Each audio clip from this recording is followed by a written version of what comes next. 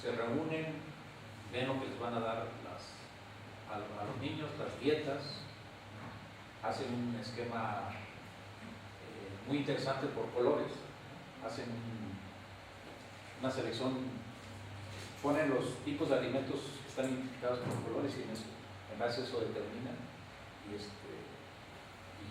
se hacen los menús.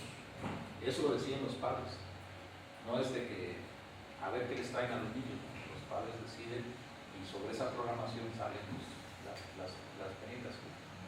Y en ese sentido es muy importante porque habiendo participación hay defensa de los programas. Sin participación, como está ahorita, pues van a seguir trayendo de trabajo a los niños.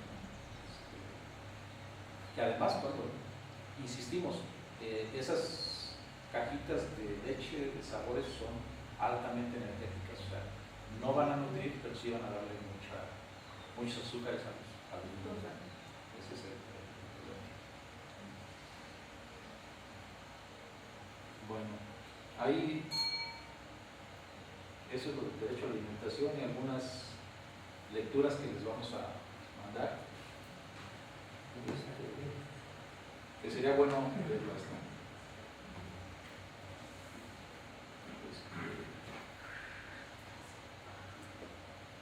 Hay una publicación de Graciano da Silva y inclusive también les vamos a mandar lo de Oliver de Chute. Oliver de Chute es el relator de la ONU sobre el derecho a la alimentación y es muy importante porque cuando estuvo en México hizo un reporte y comenzaron a salir estos asuntos de por qué somos primeros lugares. Y esto el programa cuando la profesora Congelante cuando vino a hacer la visita. Ya. Y dijo una cosa que fue muy cuestionado y tuvo mucho valor. Y pues, mientras que no se tomen medidas contra las industrias refresqueras, va a seguir persistiendo el problema de la obesidad. Lo dijo, protestaron muchos. Seguramente hubo llamadas, pero él agarró su y lo dejó, ¿no? Y así yo lo dejo, ahí está. Ahora usted lo tiene que defender, ¿no? Porque él es relator, él no lleva más allá de la capacidad de decir eso es lo que está pasando. Y después pasa una cosa curiosa. Cuando hace su reporte global, ratifica lo dicho, pero lo dice ante el Consejo General de la ONU. Lo dice en Ginebra, lo dice frente al Consejo, y lo hace una proyección de su discurso, pero desde allá el Consejo General le dice lo mismo, su reporte le dice lo mismo, sobre el problema de las empresas refresqueras. Lo ratifica. Bueno, ese es lo que les quería comentar sobre el derecho a la alimentación. Y estos documentos los vamos a dar en CIDI. No sé si aquí hay algún comentario.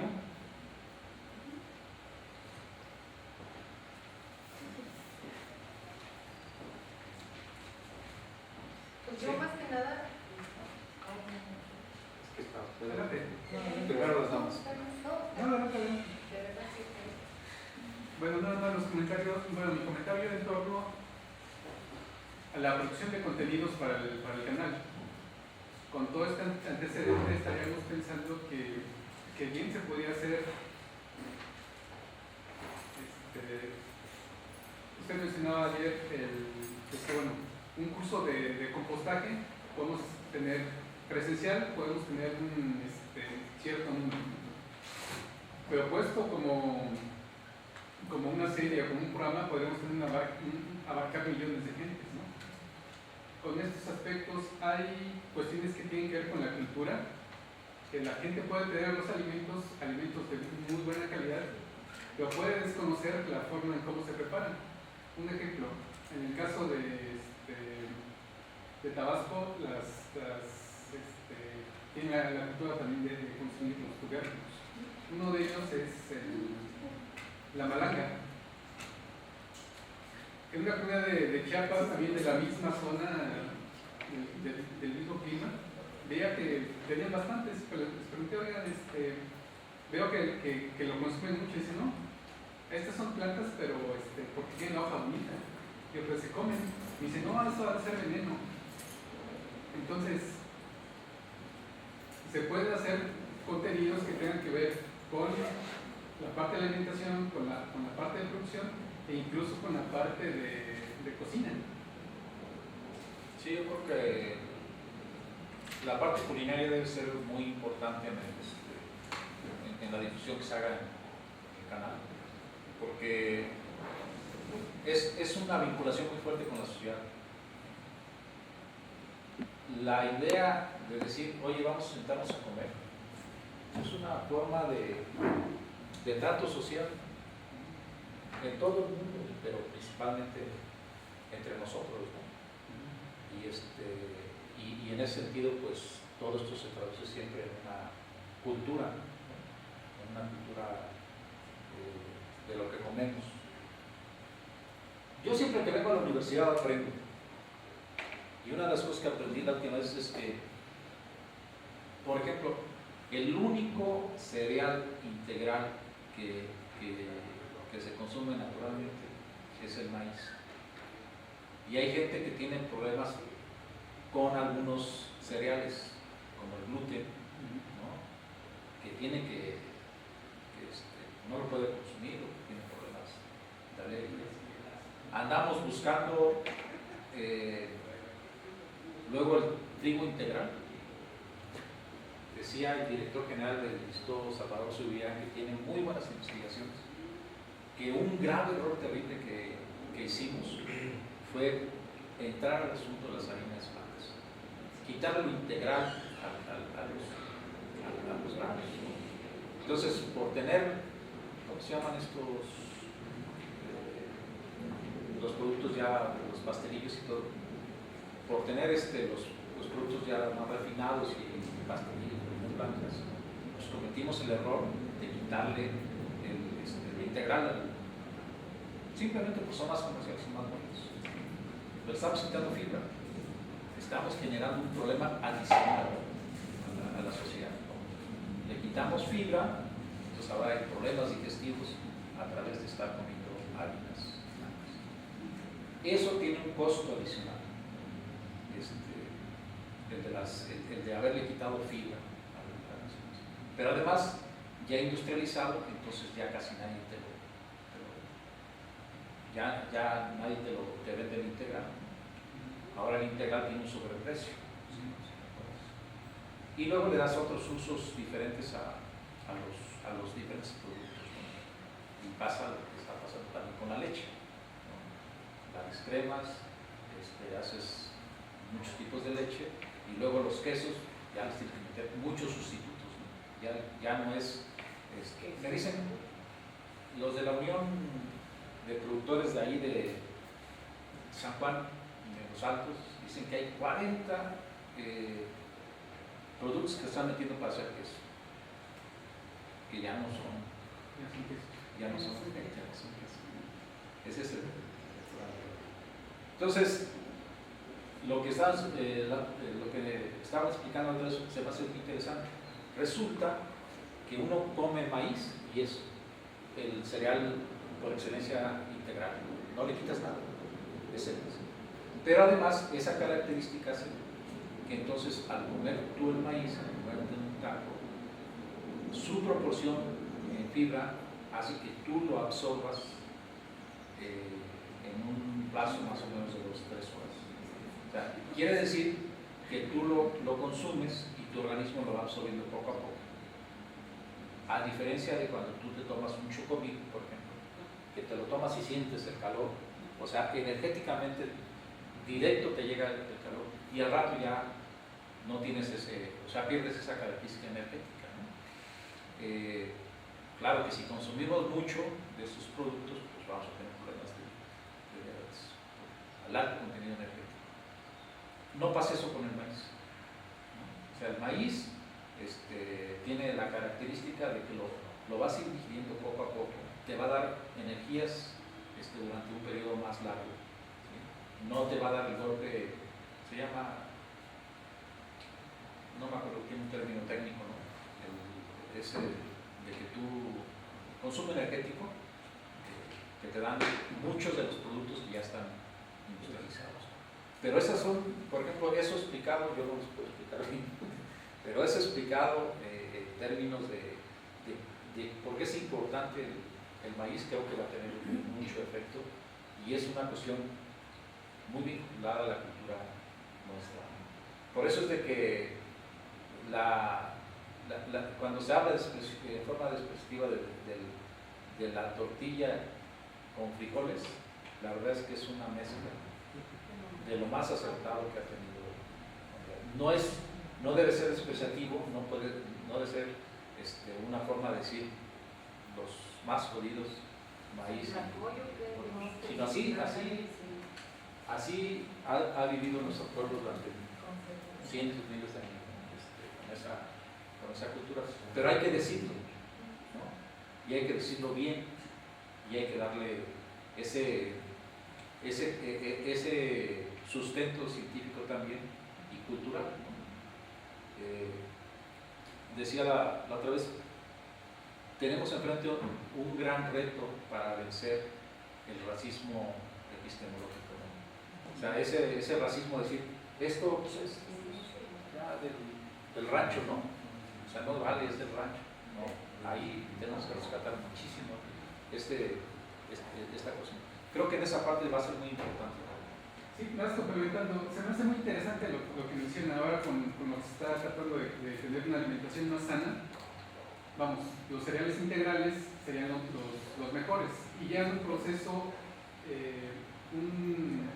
su proceso de producción es menor al de los cereales ya pulidos, ¿no? O en el caso del azúcar, el azúcar refinada es más económica que el azúcar mascabado, siendo que lleva un proceso, se ahorran procesos con el mascabado, pero sin embargo tiene un sobreprecio. ¿Habría forma de cómo regular eso con las empresas finalmente tratando de buscar el bienestar de la población en común? Pero realmente van enfocados también en nichos muy específicos. Quienes se preocupan más sobre las cuestiones de alimentación, pues regularmente no son las clases populares, ¿no? Las clases populares tienen una necesidad de satisfacción del hambre, bueno, comparan precios, bueno, pues eso es más barato, bueno, eso es lo que me llevo, pero finalmente no es lo mejor. Yo digo que con las empresas no hay posibilidad, porque están sustentadas en una idea de ganancia y utilidad. Debe ser una responsabilidad del Estado, ojalá que esta instancia que se cree pueda hacer mucha conciencia en esto.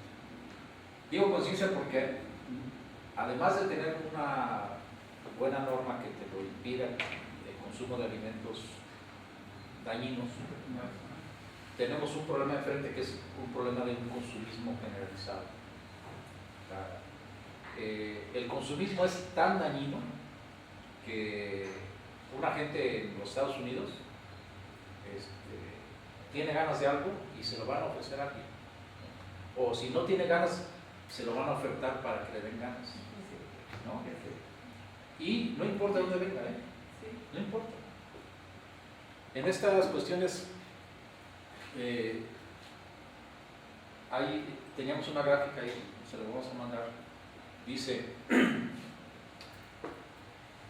un habitante de los Estados Unidos, ¿sí?, consume el mismo maíz al llenarle el tanque a su camioneta que lo que consume un habitante del África subsahariana en un año. Esa es la proporción. O sea,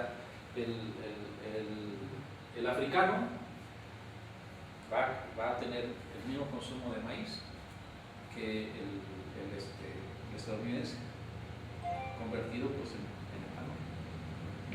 Esa es la proporción. ¿Y cada cuánto le llena el tanque a la camioneta? Pues una vez a la semana.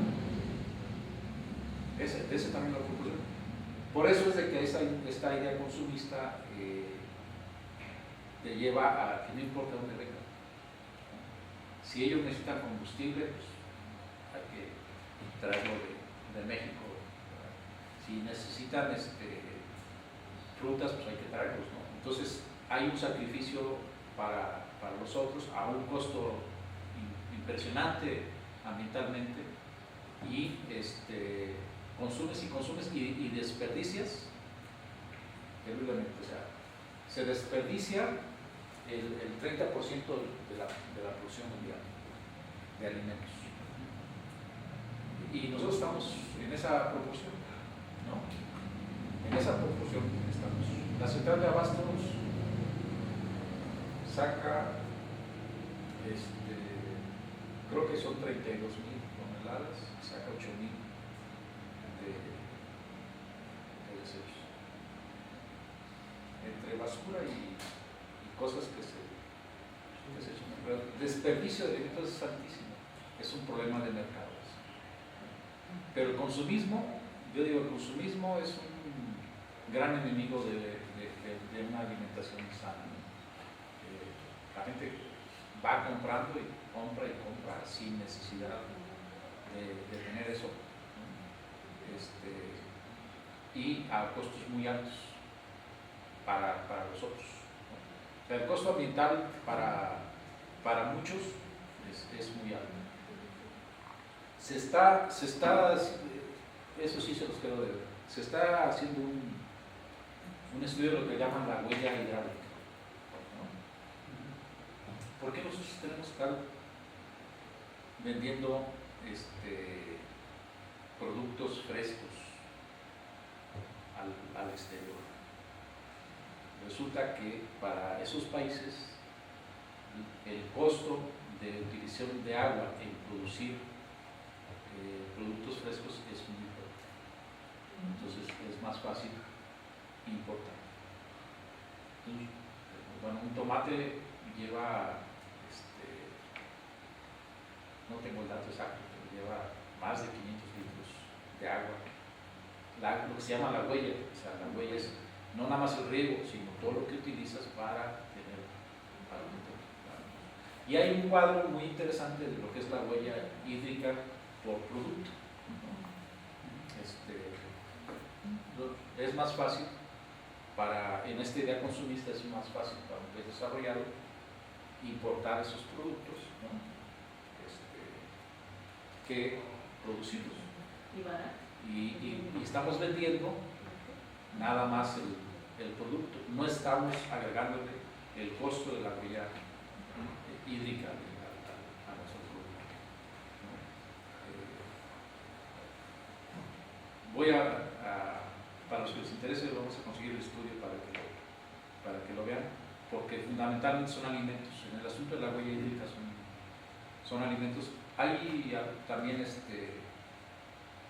algunos casos como el algodón de la India, que tiene un impacto fuertísimo sobre la huella hídrica para ellos, y es algodón para la producción de telas, ¿no? Imagínense los alimentos es mucho más alto, ¿no? Sí. Yo quisiera agregar, por ejemplo, que también en cuestión de ya materia documental o audiovisual hay ya varios trabajos hechos, pero hay dos muy famosos que ahorita me recuerdan a todo lo que es la problemática de la alimentación. Hay uno, no sé si lo han visto, que se llama Foods Incorporated, que básicamente analiza todo el problema, por ejemplo, del maíz barato con el que se está produciendo una gran cantidad de alimentos altamente calóricos en el mundo y todo el problema de obesidad que ha causado, ¿no? Y la alimentación con las vacas. Claro, y las vacas que las alimentan de ahí, pues imagínate, ¿no? O sea, ¿qué calidad tienes? El otro también súper famoso, me recuerdo mucho por la frase que dijiste, ¿no? El de Super Size Me, que empieza con la frase del creador de McDonald's, ¿no? De a la gente darle lo que quiere y va a ser feliz, ¿no? Y si no tienen esa necesidad, invéntasela. Sí, y hay uno tercero que es mexicano, ese no lo he visto, pero sé que se llama Dulce Agonía y ya habla del problema ya de la diabetes en México y de todo lo que es de las costumbres de la alimentación que pues, nos han llevado a esta serie de problemas de salud pública. Son como, un poco pensando en esto, en términos audiovisuales, pues también de lo que se podría producir a partir de estas problemáticas, que es mucho, ¿no? Hay un compañero por acá que está haciendo un libro de las 52 especies de maíz, ¿no? Ajá, y él está recogiendo también así como datos, investigaciones. Igual lo está pensando de una manera más gráfica, pero sí estaría bueno complementarlo de este lado, ¿no? Hay un libro también que se llama La Misma. Sí, ya nos lo habías dicho. Aquí. Es un comentario complementario esto de la alimentación y los medios. Mira, en Guadalajara hay un movimiento fuerte de ambientalistas, de veganianos, de agricultura orgánica. Y lo que siento es que falta discusión y pláticas entre las partes. Los medios tratan estos temas como por separados, el libro de quien defiende el orgánico, el libro de quien... Es como cada quien su asunto y creo que faltan como foros, formas de hablar entre las partes. O sea, hay desde los extremos que ya el mundo se vuelve una amenaza por las partes por millón y pues todo es casi intocable. Hasta hay pues toda una gama, ¿no? Todos tienen una opinión, pero creo que hay que entablar lazos entre las partes porque creo que es importante en todo esto y sobre todo forma una idea de apropiación de la alimentación. Finalmente la gente y huyendo y diciendo, pues te formas y creas tu causa, ¿no? Pero sí creo que está muy segmentado ahorita las cuestiones. Les digo, se encuentran unos grupos verdaderamente radicales. Detrás del orgánico a veces hay un terrible mercado selectivo caro y que no dudo que alguna empresa lo tome pero sin el aire. De hecho, el dueño de las Chivas, o sea, hay formas como de hacer de una idea, algo que para él le suena a moda, es un negocio, ¿no? Entonces es importante pues que medios, en esto que estamos hablando de un canal que forme, pues cree también posibilidades, no sé si llamarle de confrontación, pero sí de diálogo entre los pros y las contras de muchas cosas que están presentes, pero el hecho es que hay gente fanática del orgánico y creo que está bien, pero vamos viendo, vamos platicando. Bueno, pues en esto de mirar toda la información que nos ha llegado en este día, yo he oído un poco, pero sí, a mí me viene la idea de lo que dice Ignacio López Vigil, ¿no? Informar para inconformar y para transformar, y como que serían por lo menos un eje que a mí podría darle sentido a esto, porque si no conoces tus derechos, pues ¿qué vas a decir? Cúmplanos, ¿no? Por un lado. Y bueno, en experiencias concretas, el año pasado mis compañeros presentes y nosotras tuvimos en la Feria Rural una sección que se llamó Saberes y Sabores, y entonces era ir a eso, a las personas que venían de las comunidades, a que nos dieran su testimonio sobre su manera de preservar lo suyo, lo que cultivan, a pesar de ser artesanos, que también mucha de la artesanía era consumible, pues eso era, ¿no? Entonces yo digo, bueno, si el objetivo de aquel programita en la Feria Rural tuvo que ver con hablar de los saberes y sabores y de la preservación de nuestras tradiciones, pues tal vez nos falta el ingrediente de pues que sepamos que tenemos derechos que no se están cumpliendo y que hay obligaciones que se están dejando de lado. A lo mejor también es un enfoque para considerar en estos contenidos que se quiere generar de un medio tan especializado como entiendo que va a ser para un sector. Porque yo me preguntaba ahorita, bueno, ¿cuántos estudiantes habrán que hay toda esta andamiaje legal, porque la Constitución lo es, pero que se les deja a un sector político musulmán, ¿no? Y, o sea,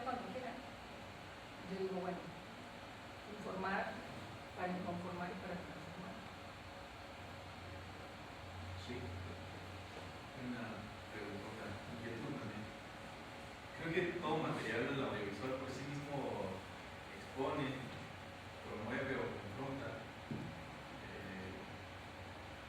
Esto obviamente depende del tratamiento del material que se tenga y obviamente también depende del tratamiento de los actores. O sea, no se deja de intervenir sobre la sociedad cuando uno está, digamos, interactuando con ellos, aunque sea para hacer un retrato, entre comillas, aunque sea solo un retrato.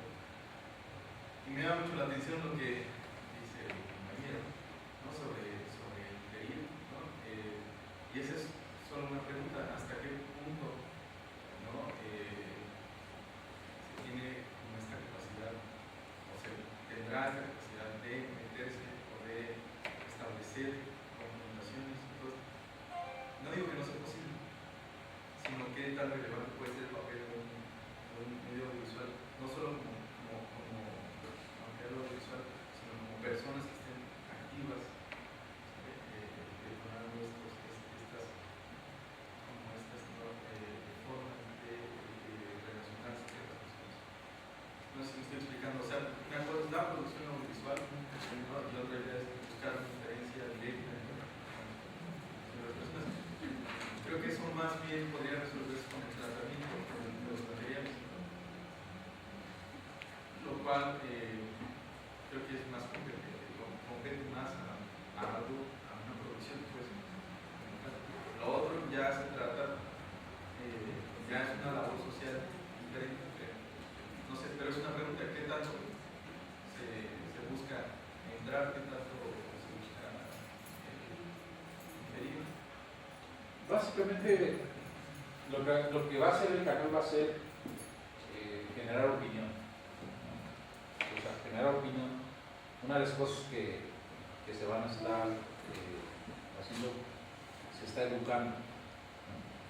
Entonces, se genera opinión, conciencia y se educa, ¿no? Eso es, creo yo, la función principal que no podemos obviar, que la comunicación es un medio de poder. No es el propósito del canal, pero sí es una forma de poder. Y con forma de poder, entonces, ¿qué tenemos enfrente? Lo que tenemos enfrente es, en este tema, es una política y una ideología de consumismo, ¿no? O sea, el poder de quien está promoviendo la alimentación comercial, las grandes empresas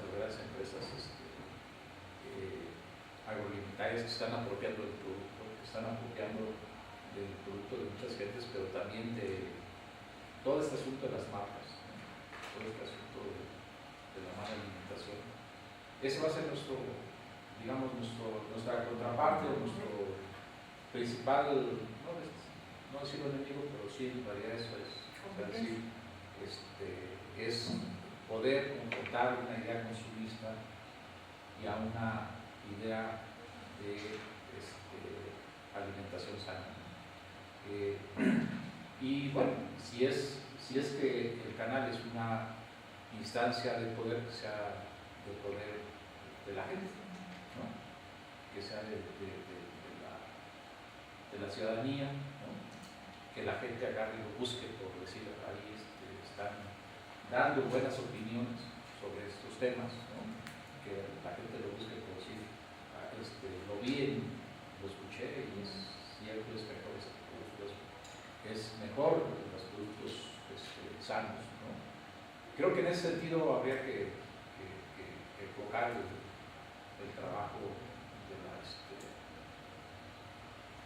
del canal, ¿no? Sobre estos tipos de productos, yo creo que inclusive ahí está toda esta discusión de los productos maravilla y todo eso, ¿no? Que se ha dicho, pues, promueves cosas que, como son que algunas plantas, o una pomada que tiene propiedades que no están justificadas, pero también con eso golpear a muchos que sí tienen un buen trabajo sobre esas características. Me refiero a plantas medicinales. En ese sentido, yo creo que también aclarar, difundir, señalar esta diferencia entre los tipos de consumos orgánicos y todo, podría ser una tarea muy importante, ¿no? Y generar opinión. La libertad de decidir es un elemento muy, muy importante. Que en realidad la gente valore la libertad de decidir. Y pues ahí nos metemos a todo el asunto del etiquetado, ¿no? El etiquetado es, por ejemplo, los ecuatorianos hicieron un proceso muy importante. A cada producto le pusieron semáforos. Entonces tiene los 3 colores del semáforo. Tú tienes un producto altamente energético, tienes una Coca-Cola con su semáforo rojo. Tienes un producto bajo en calorías, tienes verde. Y entonces, ahora sí el que consume, pues de los colores. Ya al tener el rojo ya te llama la atención. De tanta propaganda, pues ya la gente no llama la atención, pero si ve el color rojo ya comienza a pensar, ¿no?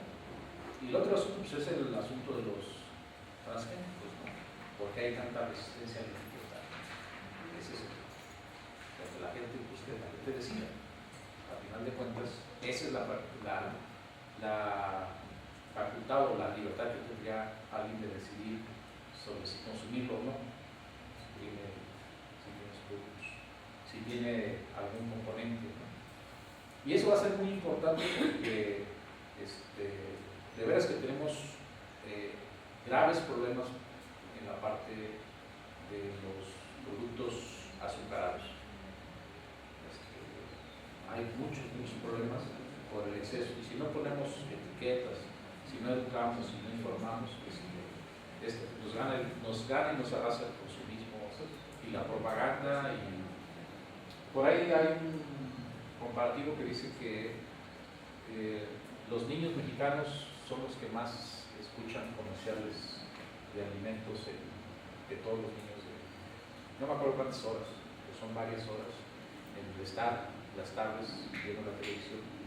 Porque además se los ponen en esas horas. O sea, los productos se los ponen cuando los niños van a ver la televisión. Cuando la ley de radiodifusión, bueno, de Federal de Telecomunicaciones y Radiodifusión, su capítulo de contenidos dice otra cosa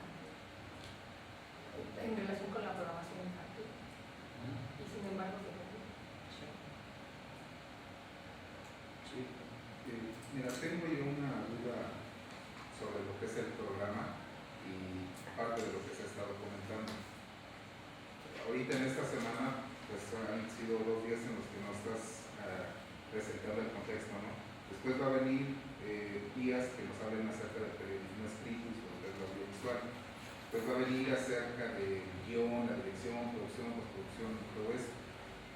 Pero creo que sería bastante conveniente también tener 1 o 2 sesiones donde veamos materiales muy concretos y donde veamos también lo que va a ser la política editorial.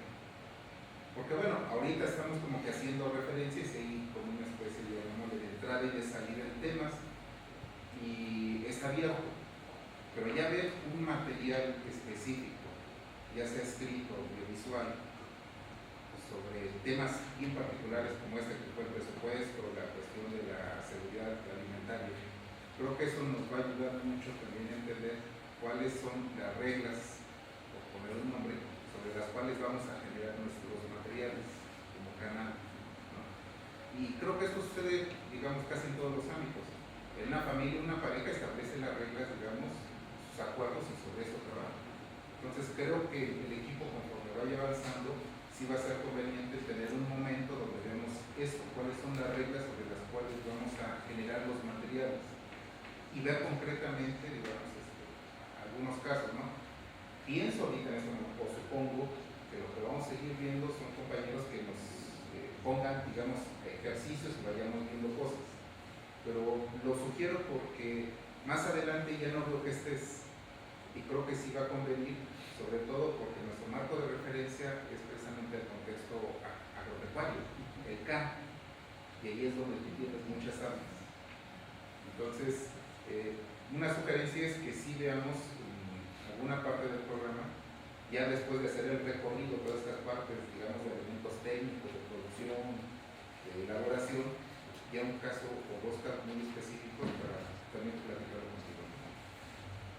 Sí, en la parte de guión y en la parte de producción se va a estar viendo ya también en forma práctica cómo vamos a identificar. Decíamos al principio, todo el asunto de identidad va a ser muy interesante y política editorial es parte de darle el sustento a esa identidad, ¿no? Sí, la idea es que sea que tengamos que en los diferentes capítulos vamos a desembocar en cuestiones prácticas, además de ser técnicos para los que son especialistas en esos temas. Sí, digamos que en la parte de esta editorial, pues bueno, se puede ya desprender un ejercicio de eso, ya desde, pues bueno, de lo que es el canal, pues de la definición del canal, de los textos que ya nos han agregado, obviamente lo que va a aparecer aquí durante el curso, sí se podrá ya hacer como un ejercicio, entonces los modeladores editoriales para el canal del campo, y bueno, pues seguramente se somete a revisión con Ernesto, sí, ahí contigo de ¿no? Podríamos ahí como ya elaborar un documento, pero creo que ya, como ves, de aquí mismo de estos modelos que nos están dando, sí hay ya como líneas muy claras y muy concretas de los problemas que se tienen que abordar, ¿no? Y en cuanto a la viabilidad de producción, esa es otra cuestión, o sea, creo que aquí pues también ya se está como poniendo sobre la mesa durante la misma capacitación temas que sí son pertinentes a abordar ya desde ahora y pensar cómo se van a producir. Digo, esto por ejemplo de soberanía alimentaria yo sí lo veo como un componente esencial, o sea, sí tendría que ser ya un programa en sí mismo. Soberanía alimentaria me parece que es por obvias razones de gran importancia, entonces uno ya tendría que ir pensando más o menos en esta barra de programación qué temas en específico sí merecen ya un programa. Sí, claro, una cita frecuencia, ¿no? Digo, partiendo de algún noticiero, una sección de noticiero, pero sí pensar que esa sección de noticiero se puede convertir en sí mismo una serie, o sea, esto pues da pero muchísimo, ¿no? Entonces, sí. ¿Qué prefieren? ¿Comer? Eso sí me preguntan, ¿sí? Porque ahora tenemos todo el tema de la reforma del campo y la reforma energética, bueno, las reformas estructurales. Es con lo que yo concluiría, pero ¿qué? ¿1 hora para comer? Es todo el paquete de las reformas estructurales.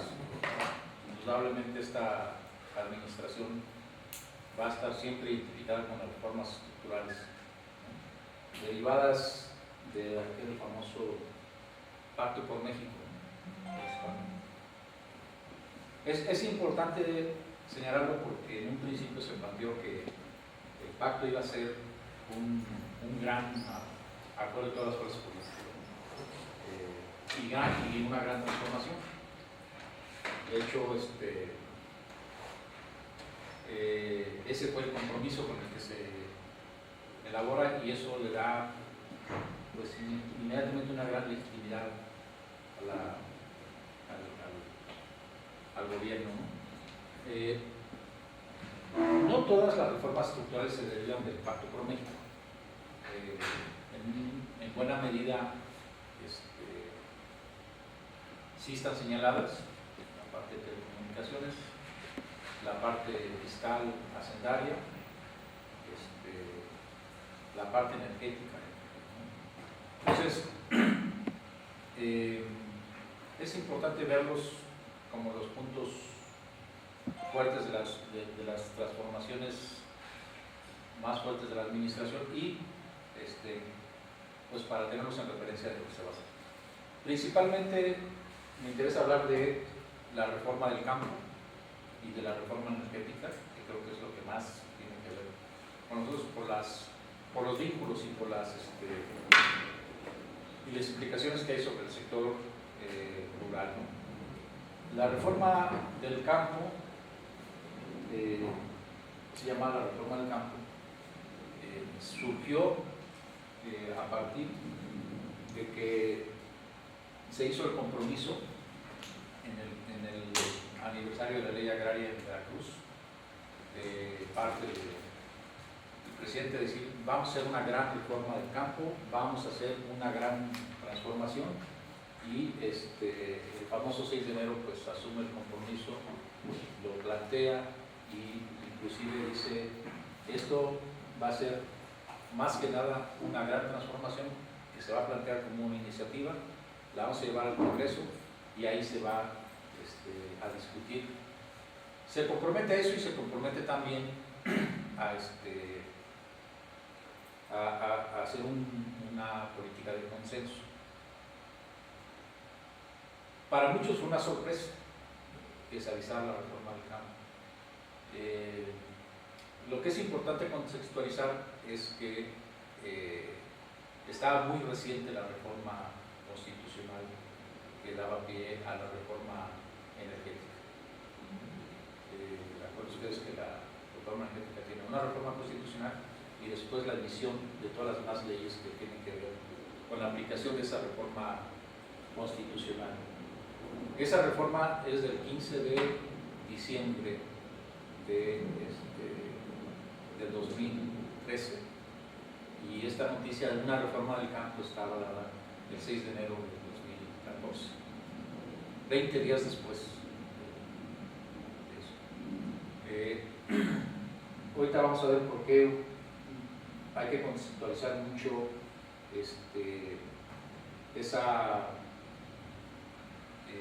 ese aviso, ¿no?, en términos de la asociación que hay con la reforma energética. Para el 8 de enero, todo el mundo estaba preguntando qué era la reforma del campo que había dicho el presidente, y entonces el secretario de Zagarpa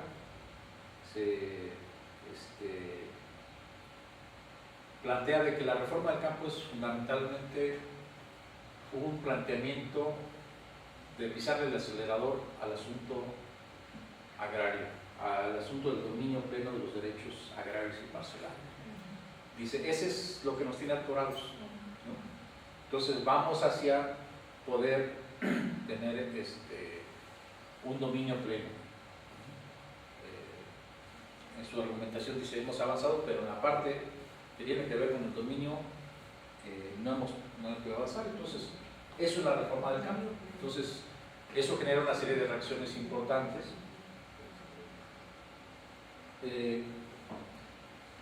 Que dicen, bueno, no, eso es prácticamente la segunda reforma al 27, ¿no? Lo que está proponiendo, eso no es la reforma del campo.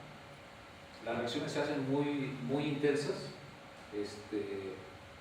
y eso lleva a que se haga inclusive un documento que se le entrega al presidente planteando de que debe de haber una gran consulta y debe de haber un gran consenso sobre lo que debe ser la reforma del campo. Lo firman muchas personas, organizaciones dirigentes, planteando que se abra, ¿no?, que se discuta y que se tenga claridad qué es la reforma del campo. Hay esta inquietud derivada mucho de lo que fue el proceso del Acuerdo Nacional para el Campo. El Acuerdo Nacional para el Campo se tuvo una situación similar, se dijo, va el acuerdo, había muchas movilizaciones, sale el planteamiento del acuerdo y se tiene que tirar, ¿no? Se tiene que tirar por todos diciendo, es una versión oficial. Entonces, producto de muchas presiones, se hace un lado todo esto y vamos a hacer un proceso amplio, que es el que finalmente emite o da pie a lo que es el Acuerdo Nacional para el Campo. Yo recuerdo que ahí lo que era antes el Bajidal en Coyoacán, ahí se hicieron todas las reuniones y todo eso se tiró para hacer las reuniones en Tecumberri. Entonces, igual aquí se planteó, no, pues la reforma del campo es una exigencia que traemos de hace mucho tiempo y no puede ser una visión unilateral la que se plantee. Textualmente lo dijo así, ¿no? Vamos a quitar candados y vamos hacia el dominio pleno de los derechos. Luego eso hace que en el mes de abril, en el mes de marzo, perdón, eso fue en marzo, ya en un foro, el presidente plantea que la reforma del campo no va a tocar ninguna de las estructuras agrarias, que no se trata de transformar la propiedad, lo dice claramente, en el sentido de dar respuesta a todo lo que se había desarrollado como inquietudes, como protestas. Dice, no va a haber cambios en la propiedad ni en la estructura agraria. Y después viene un proceso fuerte donde se crea una comisión, incluyendo a la parte gubernamental, incluyendo a las partes sociales, a las organizaciones, incluyendo a la parte legislativa, y esta comisión se encarga de hacer una propuesta de lo que sería un marco para el cual discutir la reforma del campo. En el camino se le asigna a Zagarpa la responsabilidad de hacer la consulta, y es muy marcado el tono que hace ahora el secretario. Dice, no, ahora ya no es reforma del campo, ahora es una nueva sinergia en el campo. Le reduce, y eso vuelve a provocar inconformidad. Y se dice, bueno, pues tenemos que tener algo que nos diga qué es lo que queremos hacer, entonces plantea este asunto del marco, de un acuerdo marco sobre el cual poder trabajar. En lo que tiene que ver con las fechas es muy importante, porque